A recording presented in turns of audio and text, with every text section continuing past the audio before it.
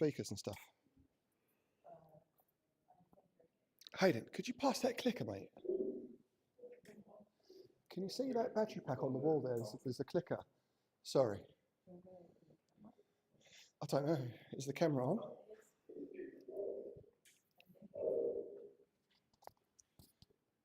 What's that squawking? Thank you, mate.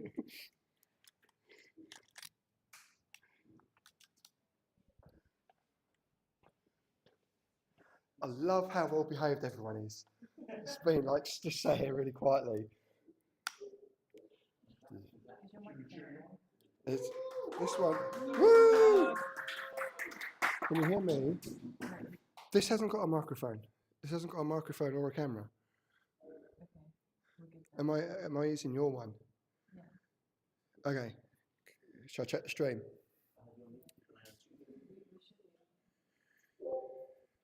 We can hear Paolo. Paolo, meet your Discord. Paolo. Yes.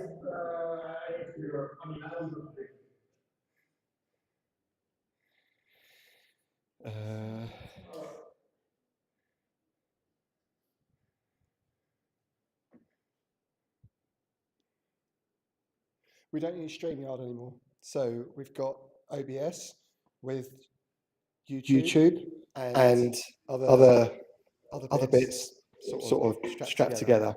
Right. So this is on YouTube. We can get started, I guess. If you can hear audio. Is it warm in here? Is it me?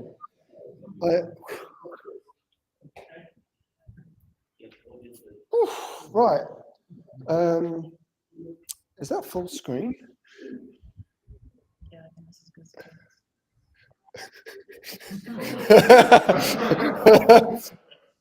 How about that one? No, that's as good as it gets. Okay, and this is me here. Cool.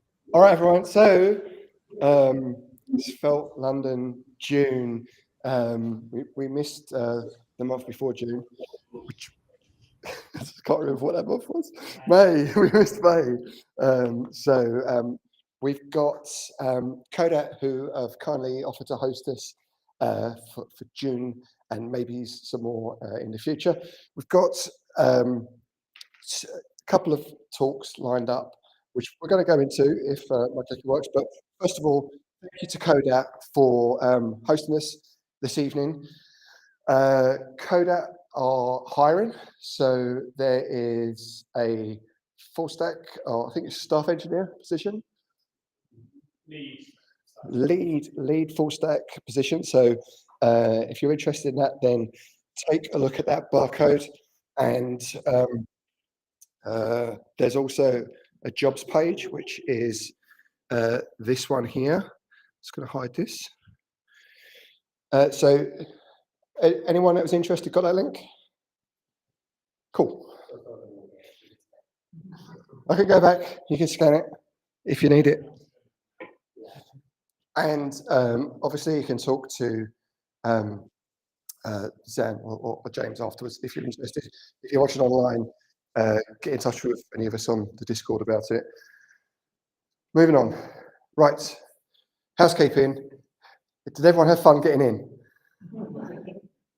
Right. So, yeah, Zan and James are going to look after you if you want to get out. For some of you, like I gave you the sort of backdoor exit way as well. If you need to get out, just talk to Zan or James, and hopefully they can sort you out. Toilets are just here on the right. As far as I'm aware, there's no fire alarms expected today. So if you hear a fire alarm, just follow me because I'll be running out as well. Guessing the way we came in. Okay, code of conduct. Everyone looks like a regular here, apart from some faces over there. Implicitly, by coming to this this meetup, you are going to adhere to our code of conduct. Read up on it quickly here. Maybe I should generate a short link for that, but essentially, just be cool. And then if someone is not being called to you, tell myself, Willow, Kane, who else is an ambassador? Myself, Willow, or Kane, or talk to Zan or James, and we will deal with that matter swiftly. Okay, this is a self-funded event. All of the drinks and pizzas, you can thank yourself if you donate for helping fund this. And this is just a way for us to support this going forward in the, you want beer and pizza? Scan the code. So we have to thank Guild for setting this up for us. It's a good way to take donations from you. If you're on Blue Sky, there is a Svelte starter pack with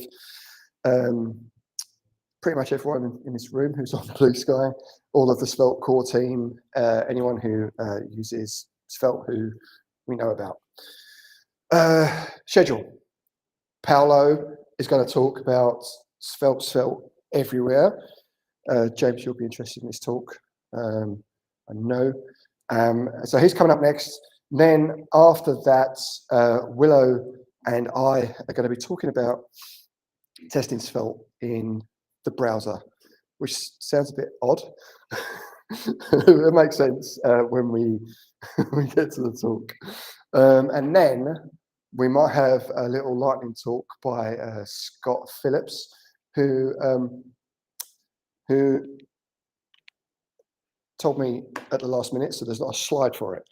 But that's it. So we're going to have Paolo come on and talk now. If you're watching on YouTube, I mean, Paolo is like Mr. YouTube at the moment, so I'm sure you're very attuned to hearing him speak. But we're going to get him on now, and he's going to talk about Svelte everywhere. So, clap space. Very good. Thank you.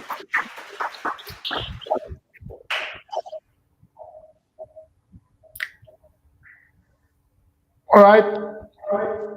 All right, Paolo, we can hear you. Yes. Okay. So, can we start? Yeah. Yeah, I guess we could start. All right.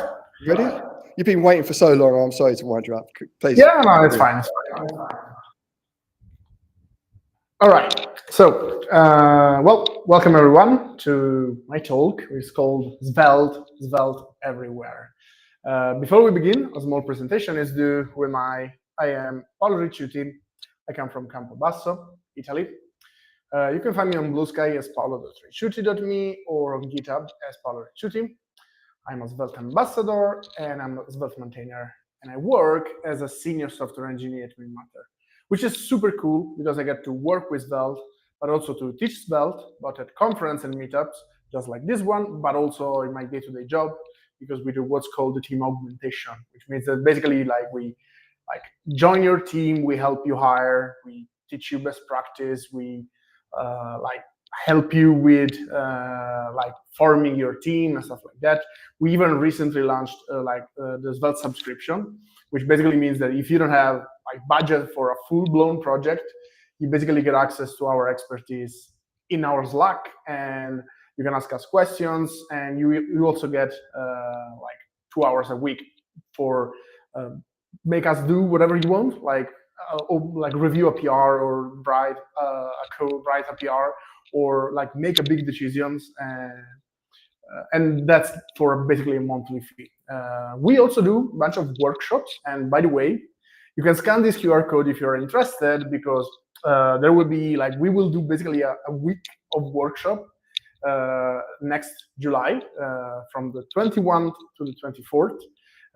It will be about how to use Svelte in a project that does not use Svelte. So how to integrate Svelte if you want to start using it, how to test your Svelte application, how to migrate your Svelte application to Svelte 5, how to write authentication.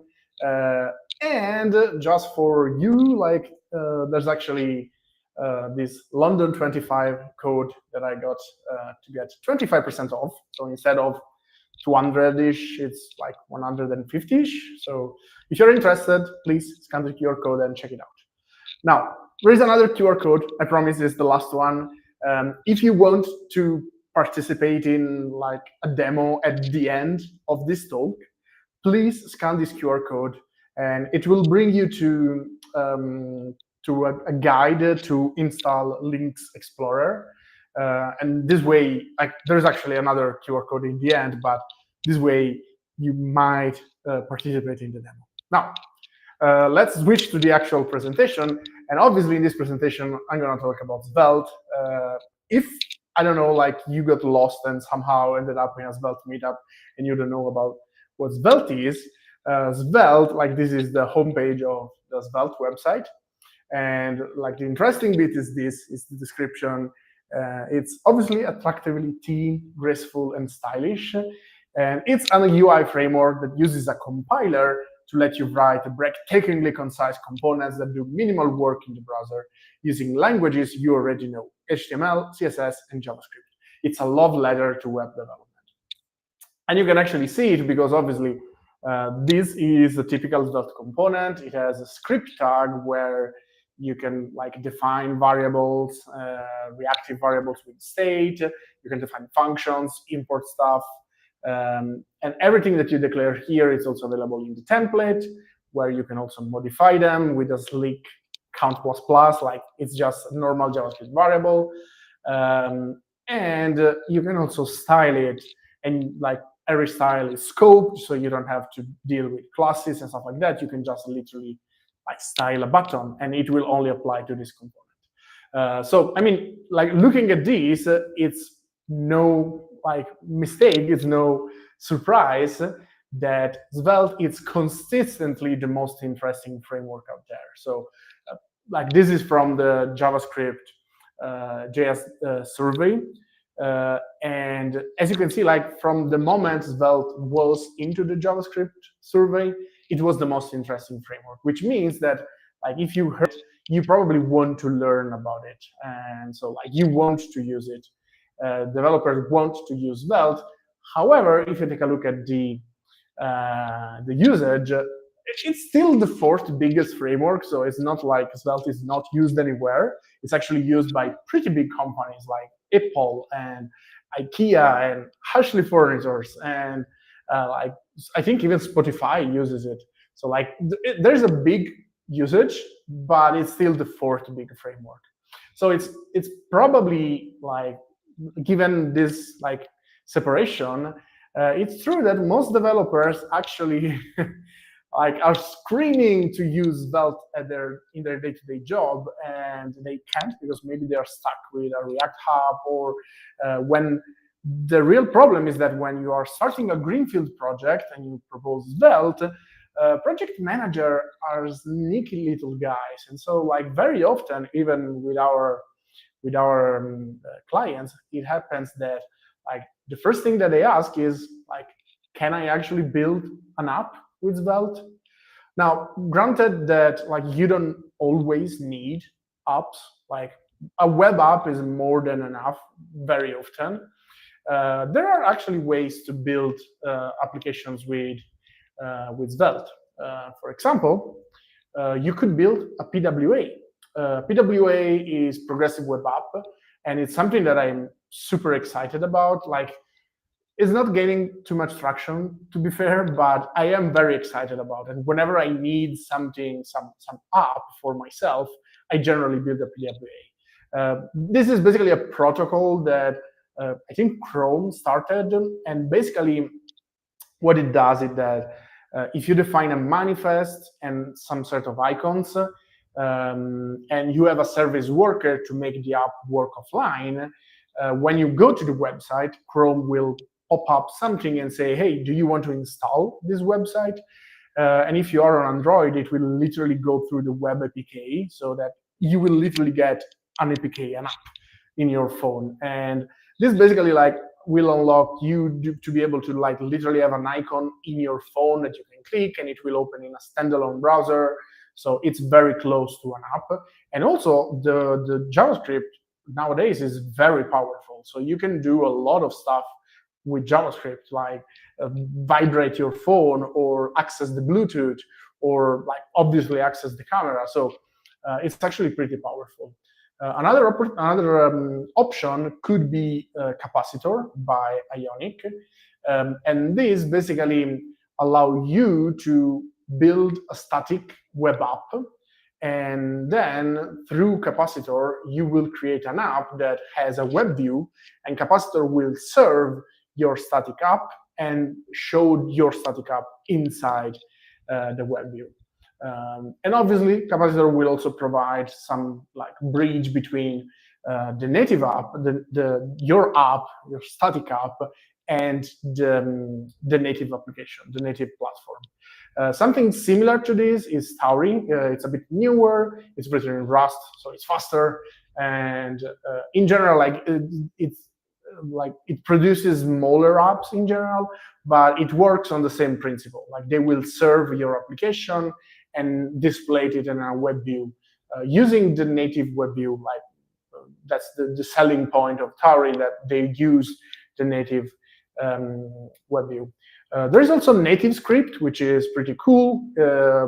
It's basically between these, it's the only one that actually builds some truly native application, because like all of this is basically showing a web app in your phone. With native script, you can actually get a truly native application. So a button will actually be a native button. However, the native script community is still growing, and it's not backed by a big company. And I think the other problem is, I might be mistaken with this, but you cannot build the same application, the same code base for mobile and for the web. So recently there was a new kid in town, and it's Lynx. Now what Lynx is, it's a brand new framework, and basically their selling point is that they want to unlock native for more. They are backed by a big company, so it's basically a framework agnostic React Native. They are backed by a big company because they are like, it's built by ByteDance, which is the guys behind TikTok, which you may know. They are actually using it in production, not for TikTok, but for some like companion apps, but they are using it. And you can also build from the same code base for app and for web. So it's pretty nice. However, there is still a bit of a problem. You can see it. Yeah, basically, like the only bindings that they build is for React. However, to be fair, they did provide out of the box with the element APIs. So all of this, and there are more of this, are ways in which you can, like, are methods that are on the global this, basically, and you can call to create a links element, to set a class on said element, to set the style properties, or to set an attribute on that class. And so, like, given these element APIs, basically what you can do is that technically you can build a native app even with normal JavaScript, even with like without a framework, with vanilla JavaScript. And so obviously you can use this API to build something like this, to build an adapter. And so, for example, both Vue and Solid actually started implementing examples to like render a Solid application to Links or a Vue application to Links. Now, you may ask, like, if there is this ability, why we don't have Svelte existing? Correct. Now, something. So there's something, some API that both Vue and Solid and React has, and Svelte does not have. And that's the custom renderer API. So what is a custom renderer? Well, let's take, for example, React. React does not concern himself with generating the HTML. It may seem weird because like React is for generating HTML, but in reality, React core is just basically a diffing algorithm. So you take the virtual DOM and they diff between one state and the next state, and then React DOM is the one responsible to actually generate the HTML. And this structure is quite good, actually, due where like praise to React where is due, because the moment you have this structure, basically you can swap out React DOM with React Native, and instead of building HTML, you will build a native UI. Or you can even swap out React Native for Ink and like render to the terminal, for example.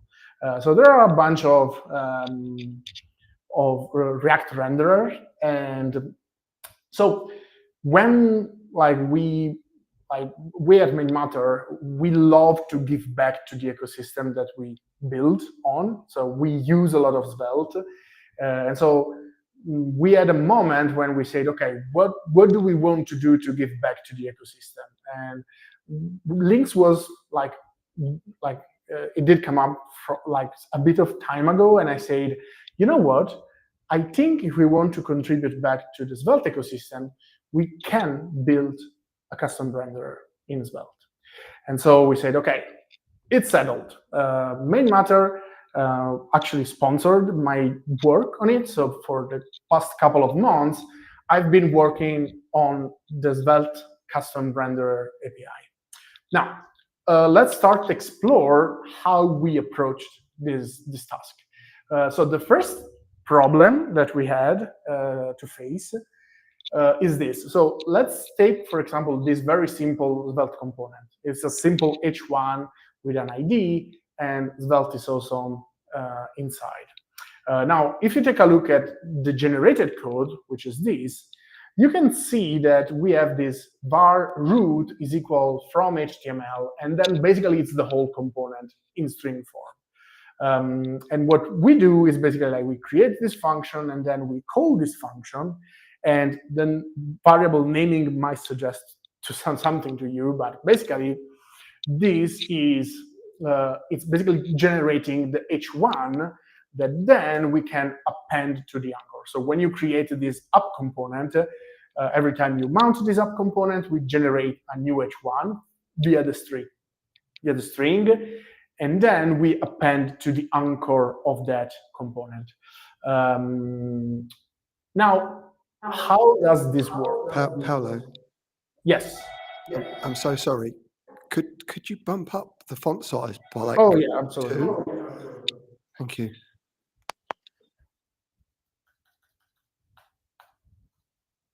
Better?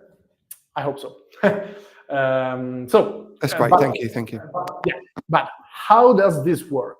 So because obviously it's a string, so are we parsing the HTML? Well, yes and no, because like this is like a rather simplified, to be fair, version of that function. So we get the code as input, and we are we are using the template HTML tag. So we create a template HTML tag, and if you're not aware, the template HTML tag is part of the Web Components API. And if you use a template tag in your HTML, what you get is that thing is not actually present in the DOM. It's something that you can query from JavaScript, and everything that you put inside your template, you can actually get it out of the template by accessing the template content, which is a document fragment. And the document fragment is just basically just like the document, but is not attached to anything, to a window. And so basically you can clone and create like as much web component as you want. So what we are doing here is that we are creating this template element, setting the code as the inner HTML, and then cloning the node every time you call the function. So the advantage of this is that no matter how complex your HTML is, with this very simple code, we can basically create all of your element very fast because it's using the actual browser parser with the right namespace. Because like if you know about HTML, if you put an SVG inside the browser, then you will need to create that SVG with the right namespace or it will not work. And there are a bunch of like weird rules, and so with this, you can basically create it very, very fast. Now, you may spot a small problem if you want to port this code to links, for example, or to the terminal. The template element is not a thing in the terminal, for example, or in the links word. And so like this was the first big problem that we had to face. So how we solved it is that, I think I need to zoom in a bit out, sorry. How we solved it, and this actually is a PR that already landed in Svelte, because it was also creating, like, the fact that we were using the template inner HTML was also creating problem with some CSP validations. But basically, like right now, there is a way you can set your Svelte config, and you can basically tell Svelte, hey, when instead of compiling to a string, so when you are compiling our component and you create the template, instead of creating it by concatenating strings, please create this structure here. And it's a very simple structure. It's an array. That's the name of the that's the name of the element. And if it has any props, it has this second argument, which is an object, and then all the rest is the children. And so like the function looks kind of like this. So basically, you get the structure, and inside we call this fragment from 3. And here we basically first create a fragment, because as we said, Svelte is relying on fragment a lot, given that it's using the template tag. Then we loop over the structure, and if the item is a string, then we just create text and append it to the fragment. And under the hood, this create text is calling document.createText node. If the item is undefined, we create a comment, because we are using comments as anchor points, for example, for the if block. So if you have an if block, we need something to anchor to. We need something to mount the content of your if block into. And so we use comments so that you don't have extra elements inside your code. And so sometimes we need to create a comment. And so if the item is undefined, we create a comment for it. If it's not, then we know that the first element will be a name, the second will be all the attributes, and the third, and the rest will be the children's. So we just structured that. And now that's where like the kind of madness begins, because as I've said, like if the element is an SVG, we need to use the proper SVG namespace when we create an element. Same thing for the MathML one. Otherwise, we default to the namespace of the parent. And so when we create an element, we need to pass the name, we need to pass the namespace, because if you want to just create an element, you need to call document.createElement. Otherwise, you need to call document.createElement.ns, and you need to pass the namespace. We also pass this attribute.is, because if you have an is attribute, that can be a custom element. So, but to use that, you cannot do set attribute. You need to pass the is attribute as the third parameter of document.createElement. Like, it's madness, and that's why we use template. But now we also do this. We then loop over every attribute, and we set the attribute on the element.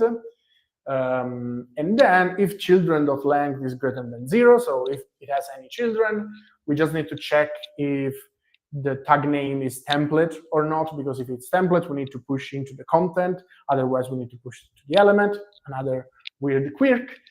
And then we just basically loop over, like we recursively call this function with the children's. But that's another quirky of the DOM. If you do, like, if the element is foreign object, which is something that you can put inside the SVG, we need to reset the namespace, because basically this is a way to put HTML inside the SVG. Pure madness. And then obviously we append it to the fragment and we return the fragment.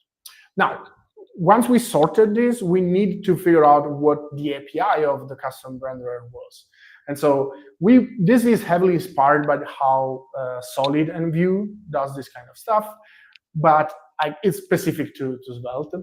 So basically what we want to do is we want you to import, so whoever is creating this custom renderer will import from svelte/renderer, and then it will export default and create a renderer. And here, basically, you have to define all these methods that tells us how to create a fragment in your world, how to create an element, how to create a text node in your world, how to set an attribute, how to set text, how to create comment, how to get the first child, and all this kind of stuff, how to insert like an element in a parent, an anchor. So you basically create all these functions that instruct Svelte to know what to do when we have to create a parent, for example, when we have to get the parent, stuff like that. So the idea is that once you define all of these, we have your renderer, we store the renderer in a global variable,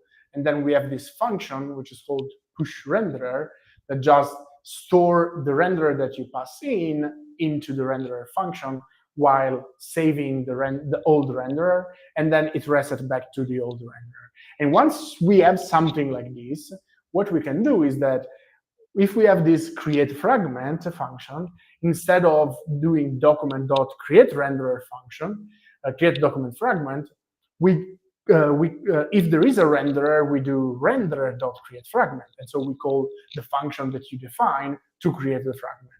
Create text, same thing. And this is for all the other methods. Now, the most attentive of you might have spotted that there is a small problem with this approach. If we go back to the fragment from 3, this create fragment is basically what will invoke your renderer.createFragment under the hood. But this kind of suppose that there is an append method on the fragment that you create. So we basically would need to instruct people, hey, when you create a fragment, please add an append method to it that actually is calling the same append method that you have, and the same should be true for the elements. So it would be a huge burden for whoever is writing the custom renderer. And so we had to figure out a way to fix this. And so our first idea was, well, what if instead of letting you define this API, what we can do is that when you create an element, so let's imagine that this is our create element function. If there is a renderer, we create your function. What we can do is that we can wrap this with an HTML compatible node. So this HTML compatible node would be a function, a class that we write, and it takes your node as input, and then it looks kind of like this. So basically, we have the node, and we store the node, and then this HTML compatible node has all the methods that we need to actually use it just like a normal HTML element. So it will have an append that takes another node, and then under the hood calls the renderer. So it calls renderer.insert this.node, node.node. So as you may see, this is already kind of fishy. It feels a bit hawkish, and then you also have to destructure, not destructure, but unwrap this HTML compatible node, because we don't want you to have access to this. We just want you to deal with your nodes. And this gets pretty hairy when you have to do children, because then you will have to unwrap all of these. But most importantly, guys, the DOM is absolutely wild. So there is a bunch of quirk of the DOM that we would basically need to re-implement altogether. Like, for example, on a DOM element, if you do class is equal something, then you can access the same something in class list. So we would need to re-implement that. In the DOM, if you do text content is equal empty string, then you would need to remove all the elements inside that text node. So there are all these kind of quirks that Svelte is actually using under the hood, because for the DOM, it makes stuff much faster, that we would basically need to re-implement from scratch in this HTML compatible node. And so we said, okay, scratch that, we are going to do something different. So if we go back to how we did our this is our compiled component.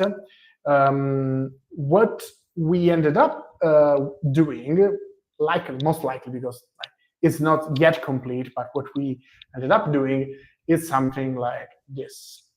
So there are a few differences here.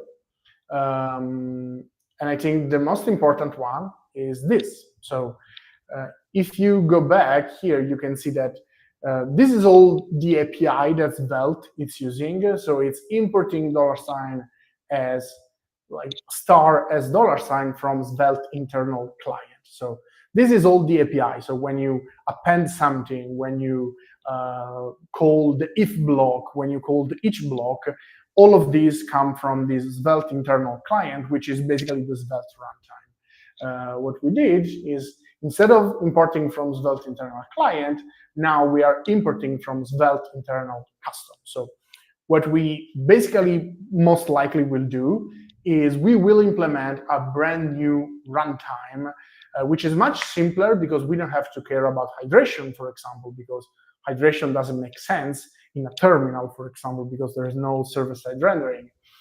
We don't need to care about a bunch of stuff that are DOM related. And so we basically can re-implement a very simple runtime. And this will also help with the maintainability of Svelte, because the problem is if the client runtime and the custom runtime would be only one runtime, it means that whenever we use something into the client runtime, which is DOM specific, we would need to either branch out or do some weird stuff so that we can actually make it work for something that is not DOM related. So by separating the two runtimes, it will become much more clear where the boundary between these two runtimes is. Then, obviously, we will import your renderer from the custom renderer module. So when you define that a component needs to run with a specific custom renderer, either through the Svelte config or the Svelte options in your component, you will define the module that we need to import to get your custom renderer. So as we've seen, you will export default create custom renderer, and we will import that module. So this can be a file on your computer, or can even be an NPM package. And so we will import your renderer, and then we will do what I was showing before. We will push the renderer, and then we will pop the renderer when all of this finishes, basically. So I think it's enough to explain this kind of stuff. Let's do a sort of a demo, because let's see. Now, obviously, build a custom renderer for links live would be probably too much.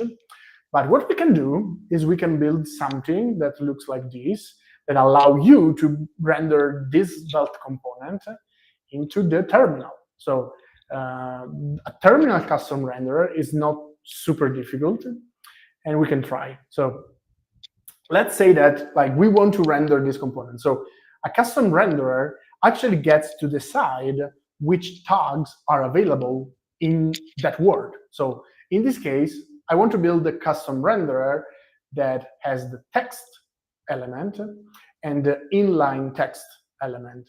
And this will render to the terminal. And so basically, you can define the color that you want to render to the terminal in.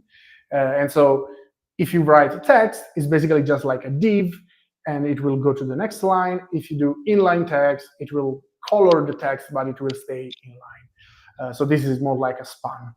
And given that you get to decide which element you want, we can actually do this. So we can render a div in the terminal and a span in the terminal. Now, granted that the color attribute is not a thing in HTML, with enough work, more than what I could show in a slideshow, you can actually make this work in a way that it's very close to actual HTML. So you could style these with CSS, and the important bit is that if you have some set of constraint, nothing stops you from building a custom renderer that is bought for the web and for the terminal, for example. So you could like set up some set of constraints and say, okay, let's just only use div and spans, and let's just use like style color, and it will work. Obviously, like nobody will actually do this, but it is what it is. Now, let's take a look at the actual custom renderer that we can create. So obviously, we import create renderer from Svelte renderer.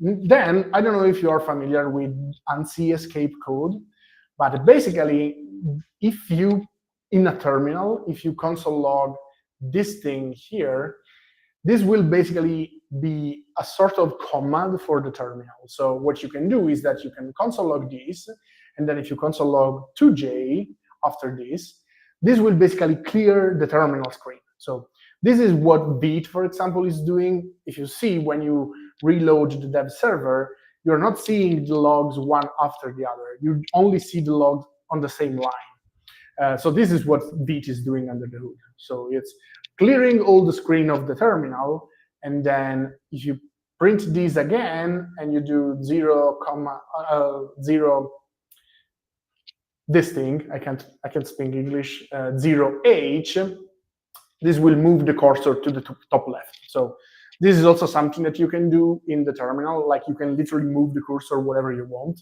This is what Beam is doing, like when you move your cursor around in Beam, under the hood, Beam is console logging this kind of commands.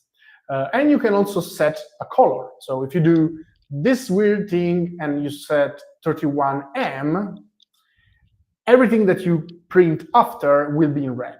If you do 32M, everything that you print after will be green. And if you do 0M, it will reset to the default color. Then we will use, we will basically be kind of like React in this custom renderer. So we will have a top fragment, and we will render that top fragment whenever the state changes in some way. And so we will need a reference to the top fragment, because we will render this our component, and we need to anchor that component to a fragment. And so we will create this fragment on another side, on the other file, and we will set the top fragment through this. And then we have the current string. So this is what we will log in the end. So we will accumulate all our components or our elements of the component inside these, and then we will actually console log this string that will look just like if we printed a Svelte component. Then we have this render element function that takes an element and basically just check if there is color between the attributes of the element. And if there is color, it will append colors at element.attributes.color to the current string. Then it will render the element, and then it will reset back the color. Obviously, things can change a lot, because let's say that you are changing a variable every second, or maybe changing one variable will change an attribute and a text node, for example. So we don't want to render this over and over again. We want to schedule a renderer. So we built this very simple scheduler where basically whenever you call schedule renderer, it will only re-render the top fragment once every microtask, and it will batch all the things, basically. And then this is the actual custom renderer. So how can we create a fragment in the terminal? Well, we just need an object with kind of fragment, and then we have this render method. And this render method, what it's doing is console log clear, so we clear our screen, and then we loop over every children of the fragment, and we render every child of the fragment. And then in the end, so inside this render element, we are basically accumulating in the current string. And so after all of this, we console log current string, and we reset back current string for the next time. How to create an element? we store the fact that it's a kind of element, we store the tag name, and then how to render it. If the tag is div, we print a \n so that we go to the next line, and then we loop over every children and we render those children. How to create a text node is just kind text, the value of the text node, and then how to render the text node with just current string plus equal this.value. So we render the string. Every text node is actually just the string. How to set an attribute? We create an object that can contain the attributes. If it's not already there, then if the value is null or undefined, we delete that key from the element attributes. Otherwise, we set element attributes at key is equal to 1. So we store the value inside our attributes. And we schedule a renderer. How to set a text? If you want to set a text on a text node, we just need to update the node.value with the new text. And then we schedule a renderer. How to create a comment is just an object where we don't actually need a comment. It's just something that we have in our fragment children so that we can append to that element. How to get the first child is just element.children at 0, and if it's undefined, it's fine. How to get the next sibling? We get the parent of the current element. We get the children of the parent of the current element. We find the index where the children of the parent is the current element that we are trying to get the next sibling for, and then we return element.parent.children at this index plus 1.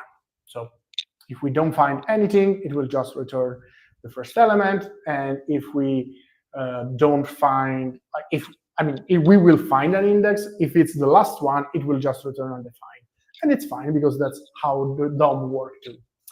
Insert, it's a bit more involved. Well, first we create the children array on the parent, if it doesn't already have one. And then we need to disambiguate, because if the element that we are trying to push into the children, it's a fragment, then we need to loop over every children of the fragment and basically find the index of the anchor. So if we want to anchor to a specific node in the parent, we check in the children of the parent, we find the anchor, and if we found one, then we splice the children array by inserting the new child at that position. Otherwise, we add it to the end. And then, most importantly, we set the child.parent is equal to parent. If it's not a fragment, we just do the same thing, but for the single element.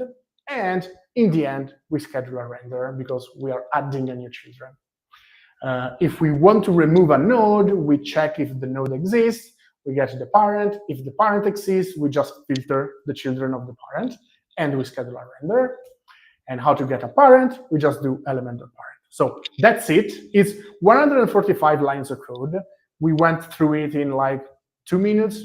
Maybe I did not explain myself correctly, and you are like with a face that says, what the fuck is he even talking about? But all of this basically unlocks with something pretty cool. So if we did everything correctly, we now have this Svelte component and this terminal, and now that I click this should be green and this should be red.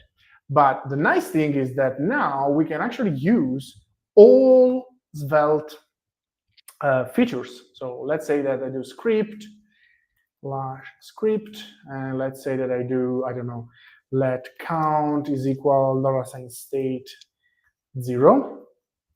Oh, come on, 0. And if I do count like this, and I run this again, oh, I need to wrap it in a div. So let's say that I do this, and I run this. And obviously it's not working, but I know what to do. I know what to do. Don't worry. Let's say that I do import colors from colors.js. So I want to import all the colors.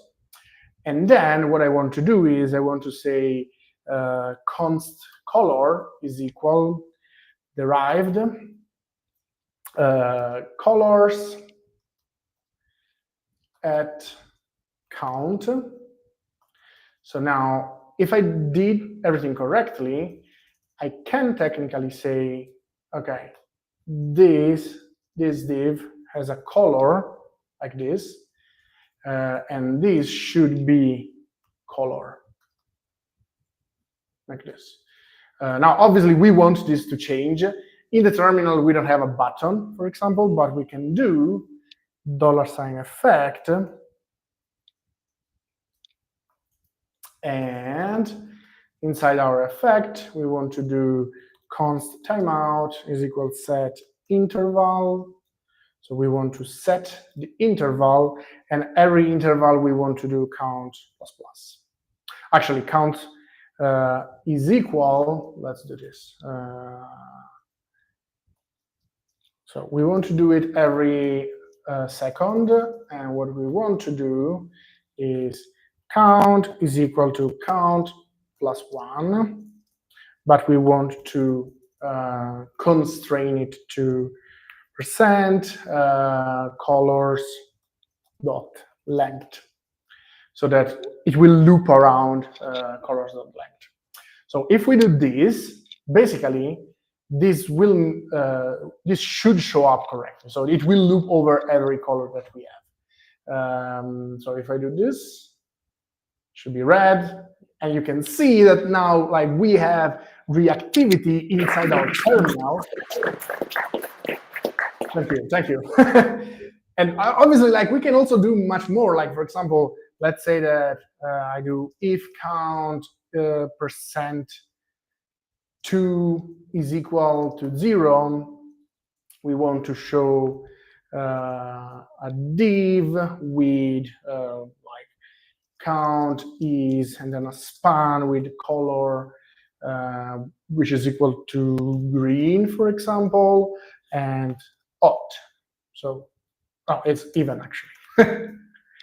Slash span slash div, and if we do this and I run this, we should see that this is an if, so it's working, it's removing an element whenever this works. And obviously we can also do an else and do that.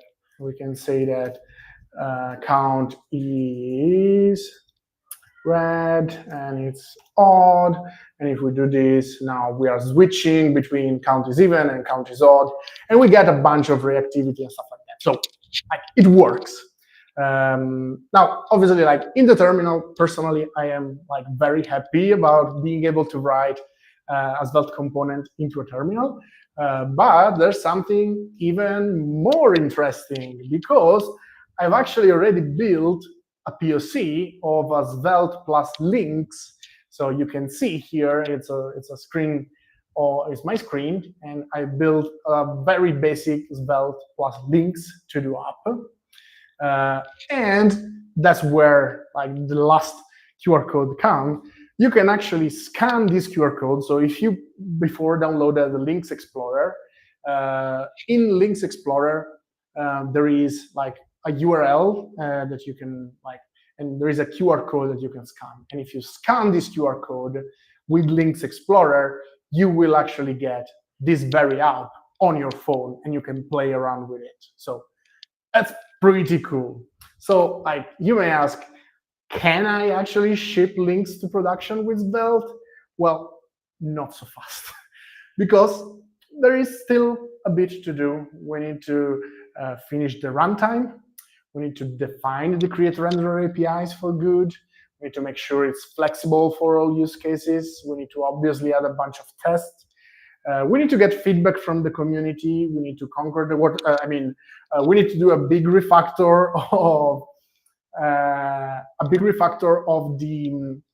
the Svelte code base, because right now the reactivity is basically inside the client runtime, and we need to move that, like, to a shared module. Also because we don't want to touch anything that is touching the DOM. So there's still a bit to do. Obviously, like, this doesn't mean that it's impossible to do. It's absolutely doable. However, if you're asking what you can do to help, I'm once again here asking. So we are actually, like, we worked on this for.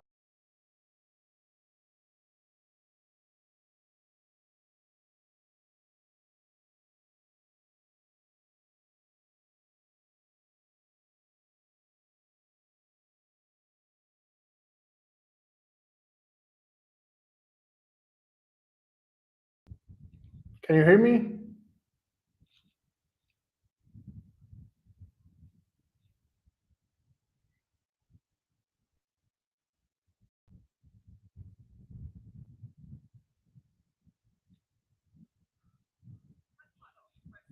Can you hear me?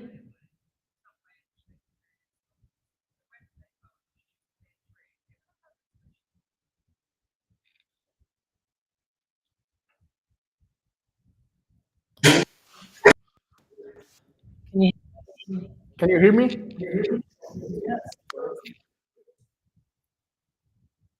All right, I think you lost me here, right?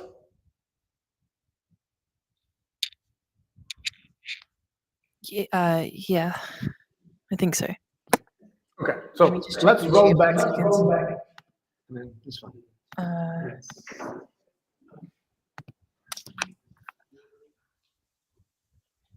Okay, go for it. Can I go? We're good. Okay, so let's roll back because apparently there was some Wi-Fi issue. But so this is a links app running in Svelte. And again, if you installed Links Explorer at the beginning of the talk, so some times ago, sorry guys, I talk a lot, you can actually scan this QR code with Links Explorer and get the same app that I was showing here. So you can actually play around with links on your phone, which is super cool. So does this mean that you can actually ship links and Svelte in production? Well, not so fast, unfortunately, because there's still a bit to do. So we need to finish writing the runtime. We need to define the create render APIs for good. We need to make sure it's flexible for all use cases. For example, Svelte has some things that they need to make it work. We need to add a bunch of tests, obviously. We need to get feedback from the community. We need to conquer the world. I mean, I want to say, like, we need to refactor a bunch because right now the whole runtime, like Signal runtime, is inside the client runtime. So it works, but every wrong import can actually access some document or window and stuff like that. So we need to move that out of the client runtime in a shared module. So we need to do this. And so what can you do to help? So I'm here to ask for your help because at Matter, we actually worked on this in the last couple of months. But right now, we are kind of looking for funding to bring this to the finish line. So all of those things that we need to do are not impossible. Like, it's actually quite easy. We just need a bit more time to do it. And we're actually looking for funding for that. So if you know about any company that might be interested in the custom render API, that might want to use it, to use Svelte to actually build some native application, please reach out, go to mainmatter.com and reach out to us, because obviously it's not a one-way giving. Like, generally, like, we also did something similar with the Ember community when we brought Vite to Ember. And if you actually help us bring this to the finish line, we can actually, like, we generally give you our expertise associated with it. So that's it for the custom render API. Thanks for watching. And if you have any question, please, I'm here to answer. Thank you, Paolo. Anyone want to ask Paolo questions? Okay, James, just wait for the microphone. Hello, Paolo. Thank you for the magnificent talk. Quick question. So you mentioned that to get this to work, you need to kind of build a similar system to what React pioneered, where you've got the like the virtual logic completely separate from the actual renderer. Does this have does this affect like the Svelte's performance benefits, the stuff that's compiled and the signals and stuff like that? Are there any performance performance hits to doing it this way and like creating the whole tree? Not at all, because obviously, like what React is doing is actually using the virtual DOM under the hood.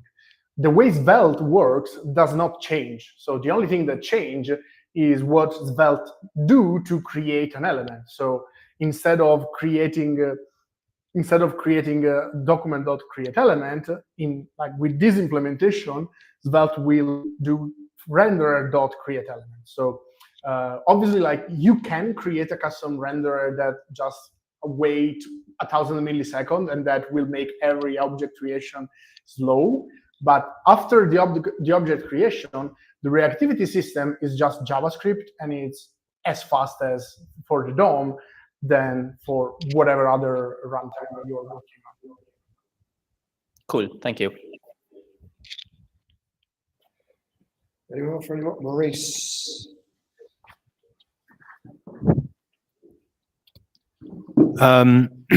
Regarding links, why? Like if you already outlined 3 options, why do we need one more? Okay, I kind of explained it at the beginning. The advantage of links. I missed the beginning.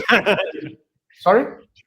Sorry, I sort of missed the beginning, so maybe I'm outing myself. Yeah, no, don't worry. But the advantage of links is, well, first, that is backed by a big company. So generally, like it's something that like makes it a bit more safe. It will render to actual native elements. So while Tauri or PWAs or capacitor will render a web view inside your element, native script and links will actually build to actual native elements, but will be. And the third thing is that links also has a way to build for the web with the same code base.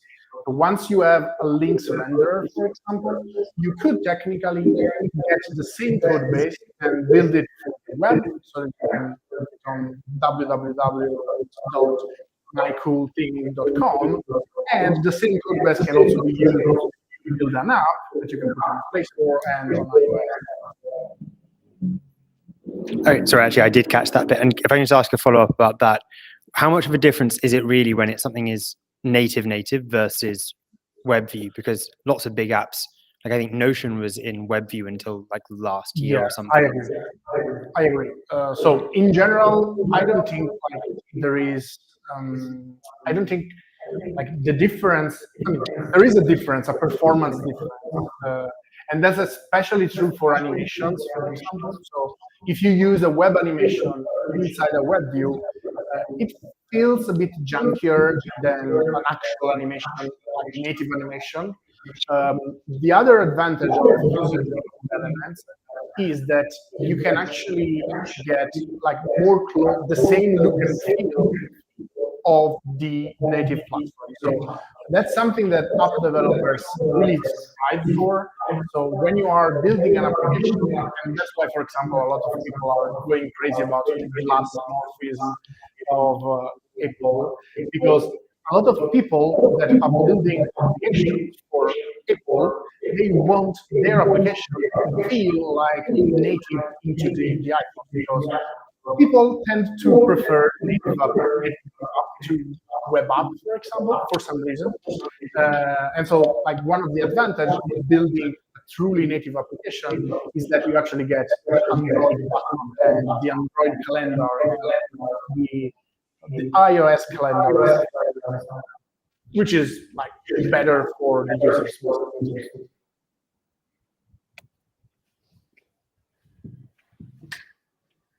Do you want to ask a question? No. I was just trying to get pass it. Anyone else got a question for Paolo? Cool. Oh, sorry, Hayden. Hello. CS, when you were showing the demo, you obviously rendering in the terminal, but you also use set interval. That's something that just didn't quite click with me because that's, I guess, in my mind, a browser API or Node.js API. Is that where the custom runtime comes in? Yeah, that's no set interval is just a JavaScript API. So what we were running was inside Node. So in Node, set interval is actually a thing. So you can actually use that. Obviously, like in this case, I was actually running in the browser, but the set interval it's an API also in Node. So Okay, so it's using Node.js. That makes sense. yes, obviously, it will still run JavaScript. So it will produce JavaScript that then is executed. Okay, thanks. Anyone else? Okay. Thanks a lot, Paolo. That was awesome. Very in depth as well. So Yeah, I hope that it was a bit more of a deep dive into the internals. I hope you liked it. But yep, thanks for having me as usual. thank you.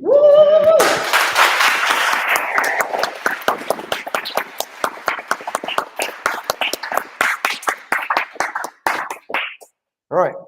Now we've got Willow and myself up. I don't know what's going on with it. Is the camera on?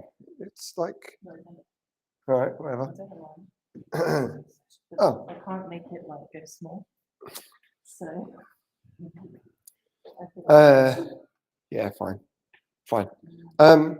Who, sorry, I was just trying to get around the front, but it's a terrible way. Right. Should we have a 5-minute intermission? So a break and then we'll come back?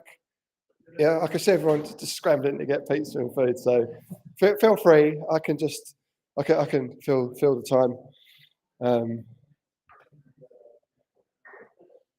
While Willow and I frantically work out what we're going to do.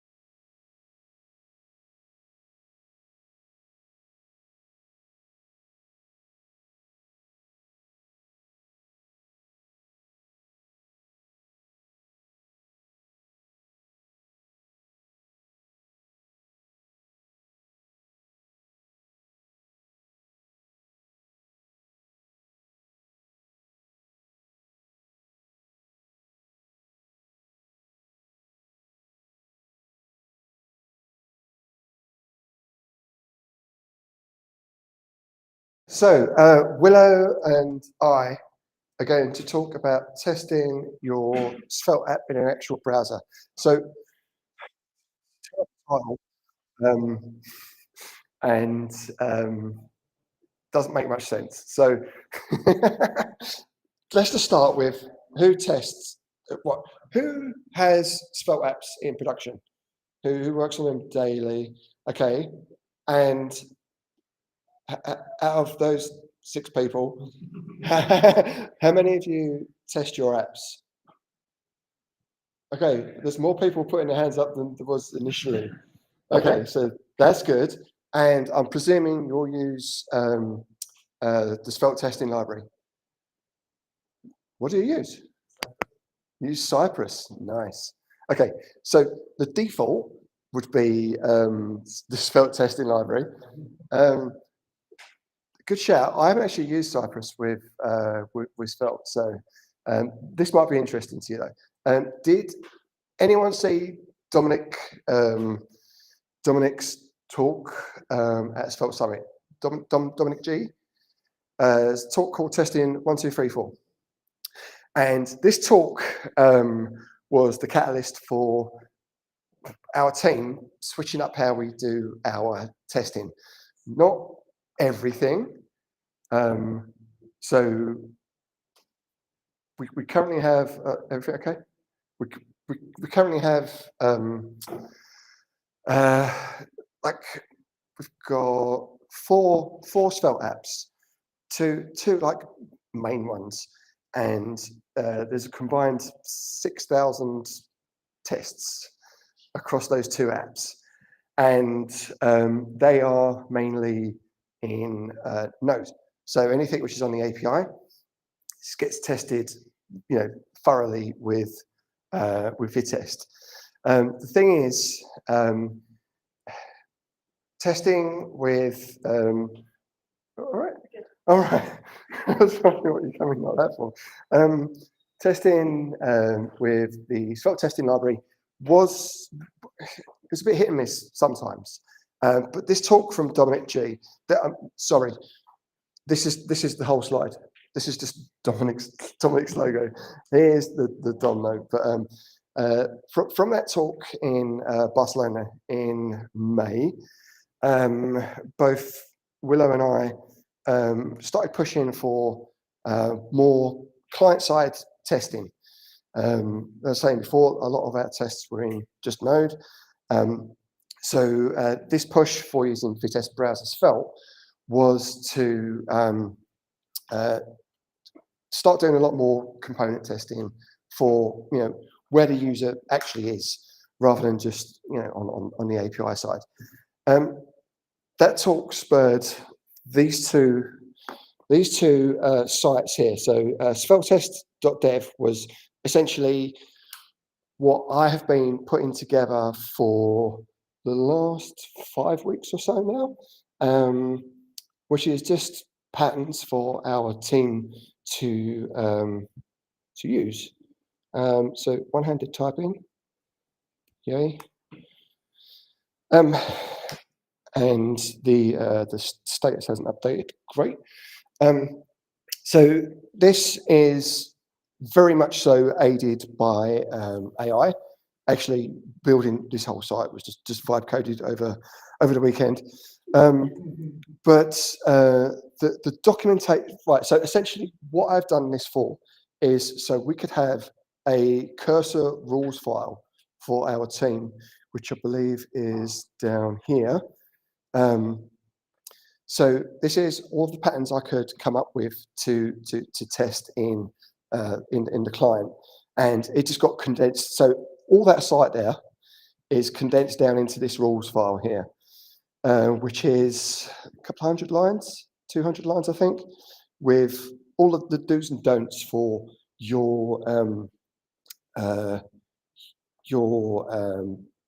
Svelte testing, browser client-side sort of tests. So we've got a team of 12 developers, around 12 developers split into 2. So it's very important for us to have a well-defined set of rules for everyone to follow when we're writing these tests. The thing with Vitesse Browser Svelte is that it's playwright, and all of the gang are very used to writing their tests in Vitesse. So there's some different API. God, these slides. There's some very different APIs they have to use. So it was very important for me to get the rule set down to begin with. Hang on, let's go back to where's it gone? Svelte test, and the whole room just darkens when you go to dark mode. Unit tests. So have I got anything in here which is actually concrete we can look at? You see, all this stuff on here is has been tested with Vitesse and Vitesse Browser Svelte before it made it into the site, and then that went into reinforce the documentation, and then go into the rules file. And I'm not sure what else to do now. Okay, so on that slide there, the lights are back on. Essentially, this is a very long blog post from me on just getting yourself set up with Vitesse Browser Svelte to begin with. It goes through scaffolding out the what it is the skeleton you get from the SV CLI if you're creating a SvelteKit project, and you can the default at the time of writing this, the default was still the Svelte testing library with Vitesse. There's talk of it being changed to use Vitesse Browser Svelte, or have an option to do that. But at the time of writing this, that was the default. And we can go through the tests. So the other thing as well, which I should have mentioned, but I haven't, is this is super fast, but this is my work laptop. So I don't actually think I've got it installed on here. So I was just going to go through the tests. Let me see if I've got them on here.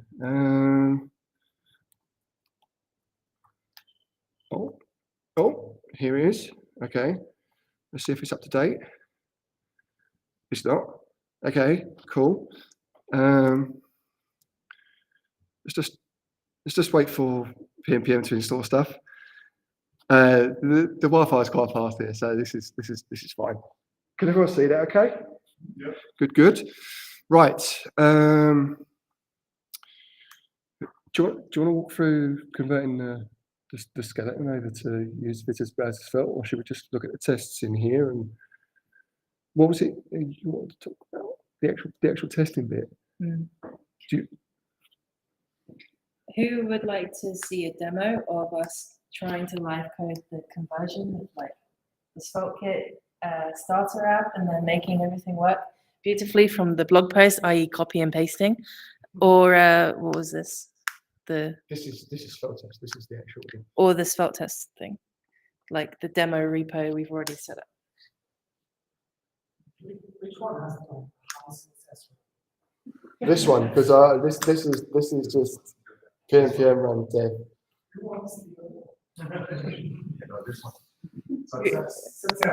All right, this should be success. Okay, well, let's go over the config quickly. Do you want to do that with this? You could talk about it's in VS Code.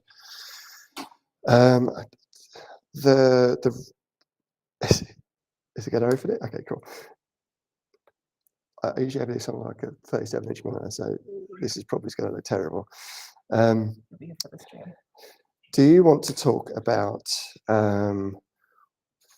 what it was in? So, just as a bit of a caveat here, Willow and I have been extremely busy implementing all of this, and then when it actually came to the talk, we're like, oh, we better do some slides and stuff, and we haven't. So, sorry, and yeah, we're hoping you can get something good out of this. So yeah, this isn't. Do you want to talk about the setup file? Because I think this hasn't been done. Oh, it has. Hang on, where's the setup file? I think my PR moved it. That's a very good question. Yes. What is the apologies, because this is probably obvious, but I haven't used this yet. What's the main difference between running these kinds of tests in Playwright directly and running it in Playwright via Vitest? Like, because Playwright does component tests. I'm not sure how good Playwright's component tests are, but Me neither. That's a good question. In VTest's browser mode, you get a standard API that's very similar to all your other VTest stuff. You get the same VTest dev experience you're used to. And then also, if you want to switch out from Playwright to WebDriver or just change your config, it's much easier than having to maintain two different test syntaxes and stuff like. That's the provider there, isn't it? Yeah. Yeah, You because switch it out. there's WebDriver IO support as well if you're interested in that. Yeah, it's just basically swapping out Playwright's test runner for exactly, and it's using like Playwright's version of Epistrong. yeah, it's still Playwright under the hood, and so you still have to like faff around with installing that. Good luck, but once you've installed it, it works great. So from Dominic's talk, he said that if we go, we can't look at the sort of original setup with the mocks you get for the setup client. That'll be in the blog post, but essentially I don't know where you put it. Is it in the source folder? Setup client. There you go. Right. So It's basically an empty file. This in the old setup where we had where we're using testing library Svelte. At testing library /Svelte, they have like React and whatever. This was full of like jest hooks to set that up. matches. Client side mocks, Yep. custom stuff. Like it was I think the original version in our works mono repo was like 200 lines long. Yep. And it's very rigid this way. And this is sort of one of the other benefits of switching to Playwright from trying to mock it with like JS DOM or Happy DOM It's just a browser. It's just a browser. You're just right? using the browser rather than pretending it's the browser and then sort of simulating that environment. So that was what immediately clicked for me when Dominic was talking about this. Willow's known about this since when? Forever? Yeah. Right. So Docs are fun, nerd. I was very keen to start working on this, and it sort of coincided with us moving to Svelte 5 at the same time, and we are week 6, 7 into migrating all of our code base into Svelte 5. There's because it's like an objective, I've had to start recording metrics and stuff. So some of the cool stuff I did around this to fit in with our sort of current environment. I told you about the amount of tests we have in Node. When I first started doing this with Vitest browser Svelte in the mono repo, I was lumping all of these into one of our workflows. Can I actually, if I've got it open? No. Okay, let's go. No. So I hope. Oh, wow. I hope you're all. This is private, so I can't do it in there. Here. Right. Let's just do it in here. No,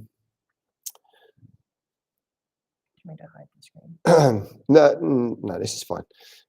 So I'm going to go straight to our workflows, which are here, and then right. So right, let's just go to this one first. I found out we used to use Playwright in we used to just do npm install Playwright, and then npm install the dependencies, and it was just when something went wrong, it was a massive ball ache to get it right again, and just stuff cascade broke along the way for no apparent reason. I found out that you could actually use a Docker image. Bigger. You can use it like a Playwright Docker image. That was a godsend. Where's that gone? Here it is. So this will just spin up a Docker image for you, and you've always got the same environment each time. What I will caveat this with is Microsoft can change the tags on this image whenever they feel like it, which means even though I've got this image set to 0.531, that should point to the 0.531 image. It doesn't. Microsoft, I know, it's just so annoying. Microsoft will change the tags on their image, which means your CI breaks, which means you have to go and upgrade Playwright in your, in the app where it's breaking, and you have to go and upgrade it here. I was talking to Willow about this earlier, where you can like pin it as a hash, but you still think that's not going to do it. I'm dubious. Yeah. Okay. So so this is this is one of the drawbacks here, is that you're beholden to whenever Microsoft feel like upgrading you're getting upgraded. It's just like being on Windows.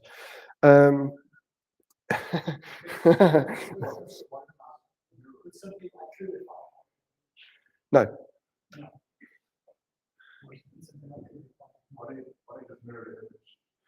Yeah, we're speaking about that. We're speaking about just getting our own images and using them.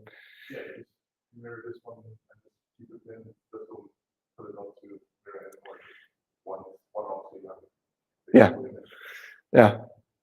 This is like week 4 of using this, so yeah, that could be a much longer term solution, and less of a pain when it changes.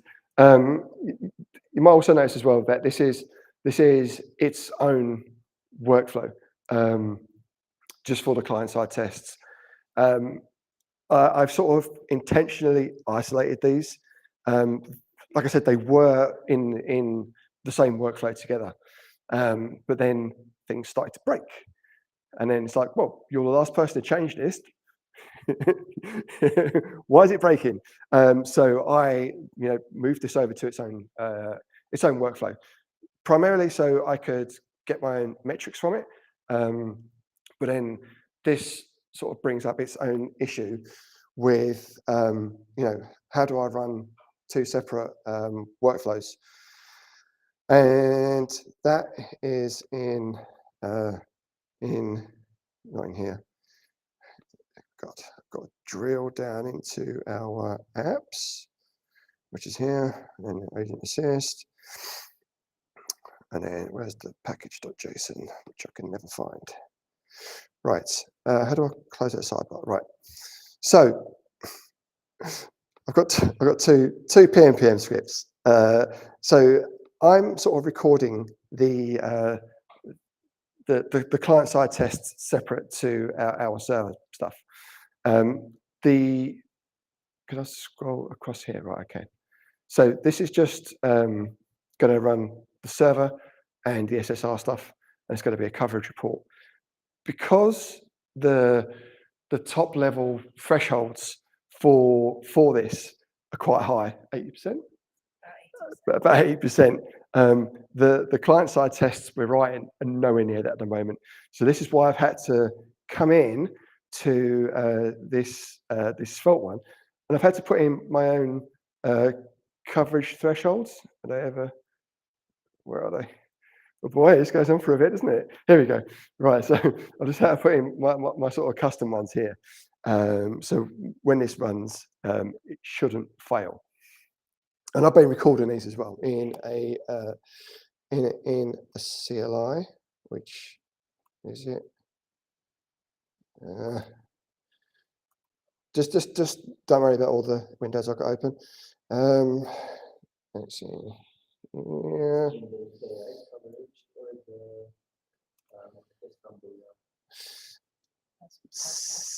V8. It's just, I think it's Istanbul.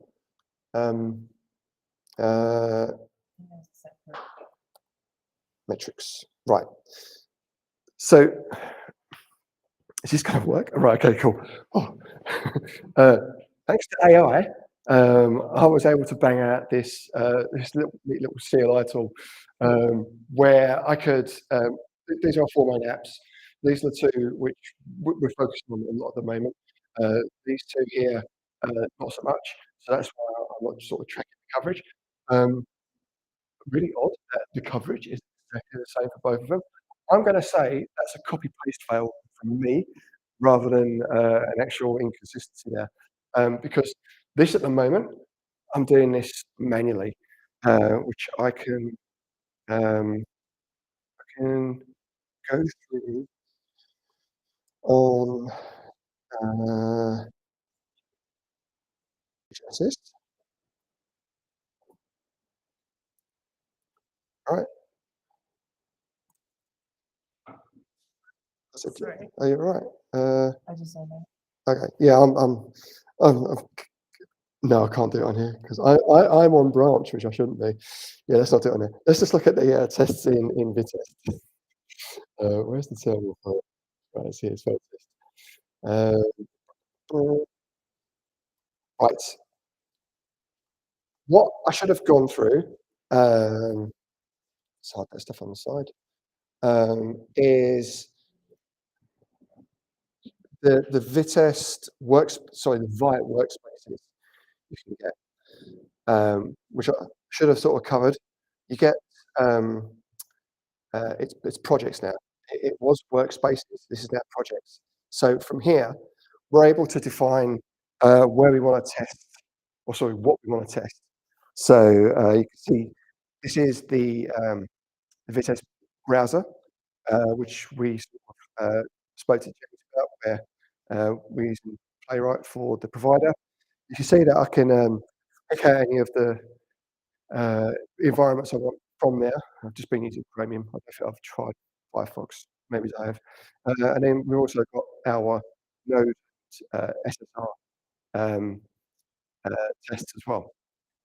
So that means I can just isolate what I want to run here. So if I just wanted to test the client, I can run that, and it should pop open Playwright and run all those tests super fast. Come on. Right, keep it on a timer. Go. Keep it on a timer. Right, here we go.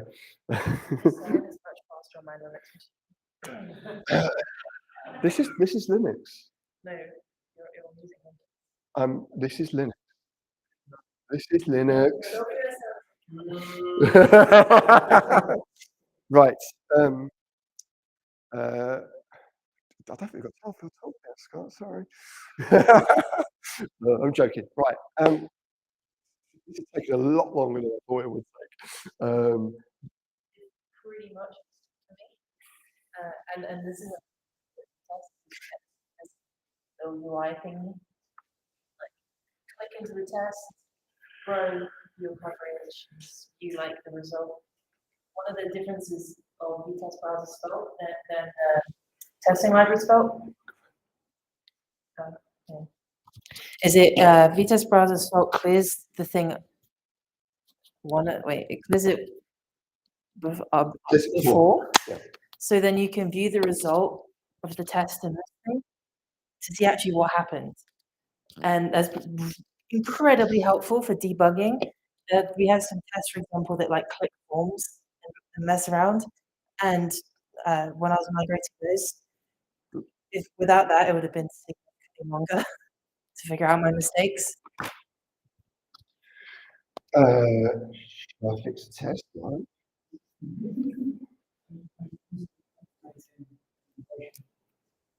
Migration of. So the question was, are we automating the Svelte 5 migration? Ish, like there's AI is a big part of it now, which is why the rules are so important, because we don't want to introduce Svelte 5 code that isn't correct, like as correct as possible. So the rules really help like bridge that gap, because while Claude Sonnet 4 is pretty good at Svelte 5, it's nowhere near as good as it should be. And so yeah, the rule file is definitely needed to bridge the gap. And it's the same with the testing stuff. The rules file is like a godsend. Because otherwise it just tries to write loads of slop and you can't really do anything about it. I'm missing this locator. Yes, is some of the things you should avoid are some of the things you should avoid: containers, because it's an actual browser, it'll just auto retry. So you can use like get by, As in, you should use like the jest DOM locators, because they automatically retry rather than you having to manually like do a loop that says like, okay, try to find this thing 3 times, and if not, give up. Use this and it'll do it for you. I think I'm just missing an attribute. So There's also, they have other utilities as well, so you can be like, wait for this to show up within this time frame. did it? Pro. Fix it. Fix that broken test. Yeah. Such a pro. Right.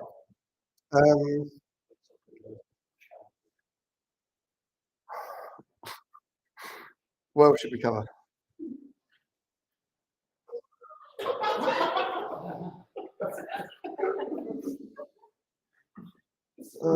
Does anyone have any questions? We are using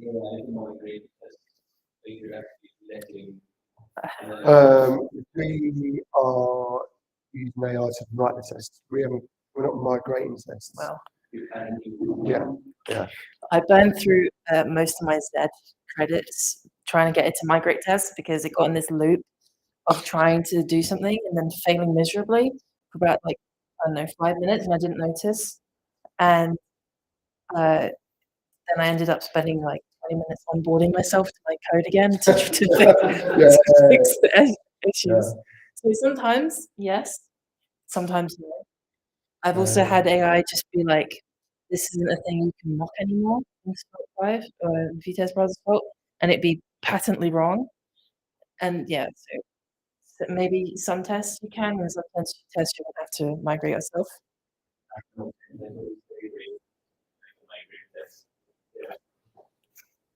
Well, version control is the godsend. Oh, has PNP been moved to 10?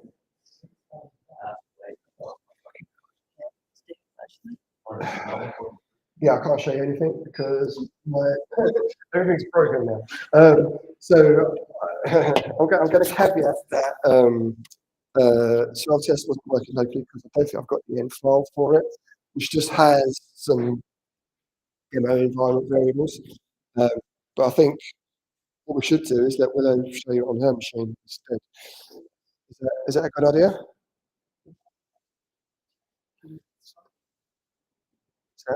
Are we yeah. I mean, everyone wants to see a working demo, and it was just saying that I can't do it on my machine. Oh, actually, let's just try on a different. I'm just going to try it on different. No, Svelte test isn't going to work because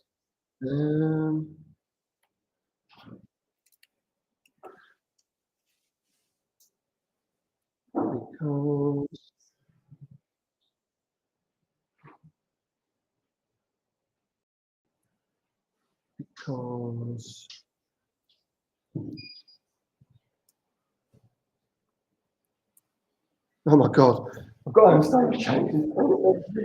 Copy of the repo I've got. So this isn't going to work, unfortunately. Anyone got any questions?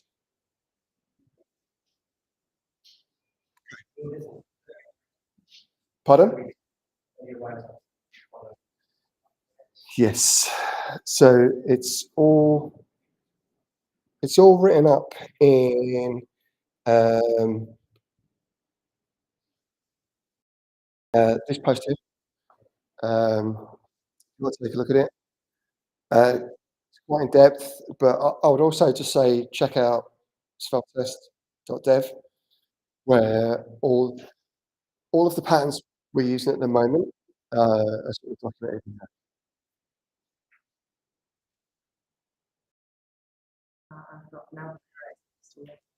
Okay, we're screwed.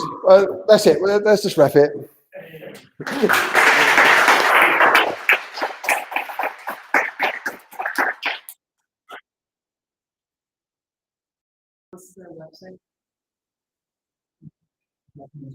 Okay, what is this you're demoing, mate? Is it this like AR stuff you've been working on? It is, yes. All right. So we're going to have Scott give us some really cool stuff he's been working on. Using the new Svelte attachment API. It's using the direct. Yeah. And Scott's been doing some really cool stuff with AR as well. So if you want to take this, then people can hear you. Do I need to pin it? You can put it if you want.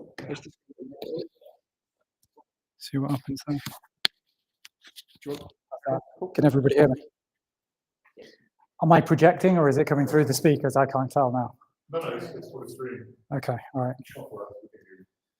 So if you wanted to go to pindeck.me on your phone, you will be able to click some of the links. And also you'll be able to play with an eye tracker. And this is an eye tracker that doesn't have calibration. So while I'm chatting, you might actually just find yourself kind of, floating your hand around in front of your face, trying to get the calibration kind of done yourself. You'll see exactly what I'm alluding to in a second. So first of all, I'd just like to thank Codat. I think it's really kind that you guys have allowed us in. It's really good of you. And yeah, definitely thanks to Scott, Willow, and Paolo. Paolo's is, as usual, like super tech. I can't wait to sink my teeth into that later. So yeah, generally, I always refer to Svelte as like this beautiful ecosystem of bringing everything together, kind of like the mangroves. If you're aware of what those are, they're like the most dense biodiversity in the whole world. And I think that Svelte is really like, it's really amazing for bringing together all of these different methods of using JavaScript. And I don't think really there's another tool quite like that. So kudos for being a compiler that can do that. So this is a picture of me, and I am looking at an angle on this because I've got some dots here. And if you actually press on your little phone, you can see exactly what's happening. Basically there's like a 3D game engine that the camera is basically projecting little blend shapes for my eyelids, and I am moving my head backwards and forwards, and you're actually looking at it from a separate camera angle. So all of this is super complicated to get your head around. If you know anything about working in 3D, not only am I actually doing the code in 3JS, but I'm also having to think about like, where is my face and how am I looking at the screen? How far away am I? And there's a directive which has just been put in the compiler called attach, which makes life super, super easy. So before attach, we used to have use action. Has anybody used that? Pretty much everybody's familiar with that, right? So essentially the limitation was you couldn't really attach any particular imperative code to your component. You would actually have to use another mechanism. And that basically meant generally what you would do is you'd have like a couple of divs inside of the top level of your component, which you would then use actions on. And it was okay. So for example, if you wanted to do something like I don't know, like a draggable component, or collapsing animated detail summaries. Those would be like really easy kind of training wheels to get yourself right. Now I know how to use actions. But now we've got attach. And this thing is super clean, because what you can do is you can really radically change the way that you use your imperative code and declare it on your top level Svelte. And if you look at this, that is really it. In the way that we've just described using use actions, that's just on an element rather than actually on a component. But the great thing about this is it also works on your components. And there's a few different ways that you can actually use this function. It's just a factory function. So that means that you can, obviously you've got the benefit of reuse. And then you can also, inside of the brackets of the argument, you can put new things in there. So let's say, for example, we wanted to do this with, I don't know, some kind of tweening or something like that.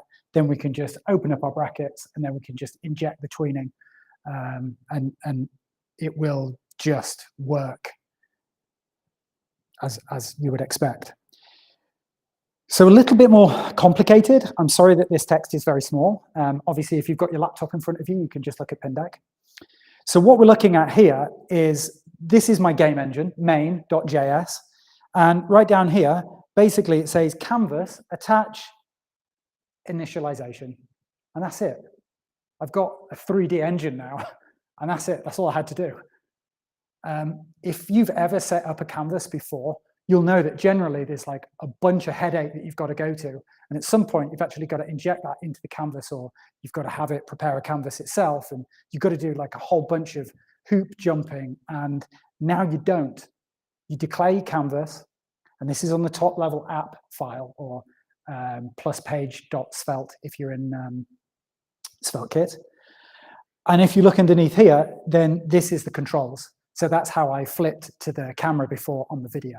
So obviously that camera was like elsewhere rather than in front of the user's screen. So the first time that I actually wrote multiple of these, I actually did Doom controls for a first-person shooter. So if you know anything about first-person shooters, you're using like the opposite side of the keyboard to the arrows. So I prepared those as switch cases, injected that imperative file straight into my canvas. It worked first time. I mean, I really do mean that the quality of life improvements are enormous. So this then caught the eye of this guy here when I did a workshop in Athens. I recently went over to CityJS Athens, and it sounds crazy, but I did bring your problem and we'll solve it with embedded intelligence. So I had lots of people's different problems, and then we were just running through how you could basically fix that using essentially web-based AIs that load in the browser. So I'm quite interested in quite into that idea of web AI. If you're familiar with that, with the Google Web AI, they've got a ton of models and they're really interesting. So this guy, he spotted that I'd basically been working on some games, and he's like, "Look, your computer vision solution is actually quite good. Would you be interested in coming to our hackathon?" Because there's this disabled girl there that has Rett syndrome. And what that means is that she's basically got a progressive disease, which makes her further more paralyzed. And that basically means that now she can only really use her eyes predictably. And also she has tremors. So she needs a computer that she can control with her eyes. So this is a problem because the ones that are kind of consumer grade, they either really don't work, or they're just cost prohibitive, or even worse, both. And the reality is that this one that I've chosen here should be good for people doing things with, disabilities and that kind of thing. But actually, this is just for playing games. And even the guys that have bought it for things like, Microsoft Flight Simulator or truck simulators or whatever, they're really frustrated that, the first kind of hour, you're like, yeah, super impressed, it's amazing. And then you actually get into it and it's like, it's super wayward, it's really flaky, the signal drops out. There are so many different conditions that these things simply do not work. So our team broke off into two. Obviously, I can talk to you in more detail about that. I understand that we're a bit pushed for time. So I wasn't actually in Athens for the hackathon. So on the first day, they kind of forgot about me, which was really unfortunate because one of the organizers of the hackathon had invited me to be on their team to kind of marshal the computer vision. This guy had managed to get tons of things all sporadically working using PyQt picked. And he was really struggling with the computer vision. And also they were faffing around, frankly, with like a bunch of audio APIs. So because I'd already had quite a bit of experience using some of these Google APIs on the Web AI platform, I basically just kind of like gave them an architectural pattern that they could follow kind of quite quickly. And they got a working demo up within a few hours. And combining it with what they had in Picked already, we basically went on to basically just like, we smashed it. We won 2 awards basically at the hackathon. One for innovation, which is basically, you know, Svelte and Web AI. And then the other one was the Developer Recognition Award, specifically because some of the things that even the winning team were doing, like they totally admitted to the judges, like their thing is way more sophisticated than the winning thing. So that was like, you know, really, really big kudos. It was really nice for that. So yeah, like I say, this can change how you think about injecting your imperative code or how you go about loading imperative code into your declarative components. And I know for a fact it's changed my life. This is exactly the award. I sent that on the little thread. Some of you might have seen it already. And you can go and have a look at the demo. It should be at the bottom here. So this will basically fire up the demo on my website. Also, in terms of migration, right in the middle of the hackathon, I decided to upgrade from Svelte 3 to Svelte 5. If you think that that's crazy, I'm inclined to agree because I actually lived that. But I can say that the automated tools that the Svelte maintainers have written, they're really good. They actually worked. It probably only took me, I would say, about 3 stressful hours, but it did work. It migrated me up to 4, and then it migrated me from 4 to 5, and it worked. There was one particular thing that did not work, and that was the NB specs renderer, if you're familiar with using Markdown. Very fortunately, at the beginning of the year, just before Donald Trump fired me for doing the thing with the USA thing, I'd been working for the WHO, and I'd written a renderer.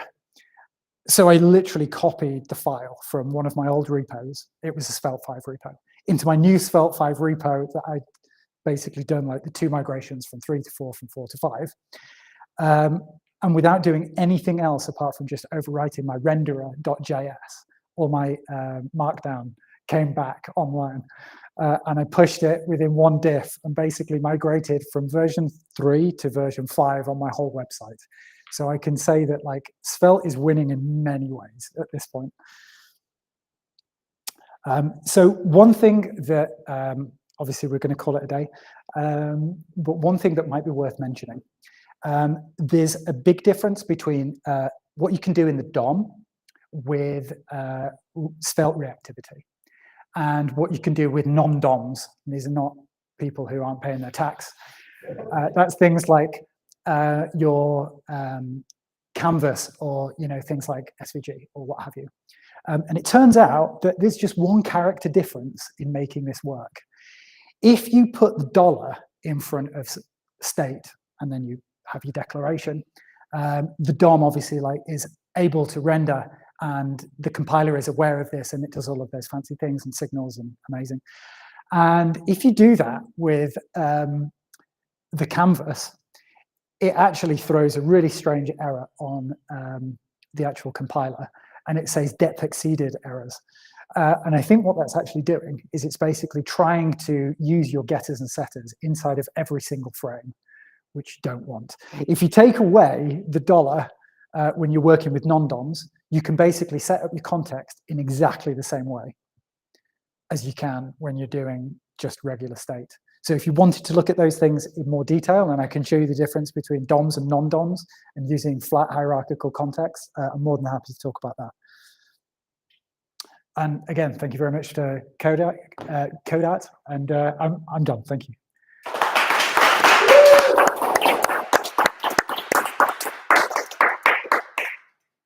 Thank you very much, Scott, and thank you everyone, especially Codat for hosting. And that's it. We're going to wrap the stream. See you later, everyone. Thanks for tuning in.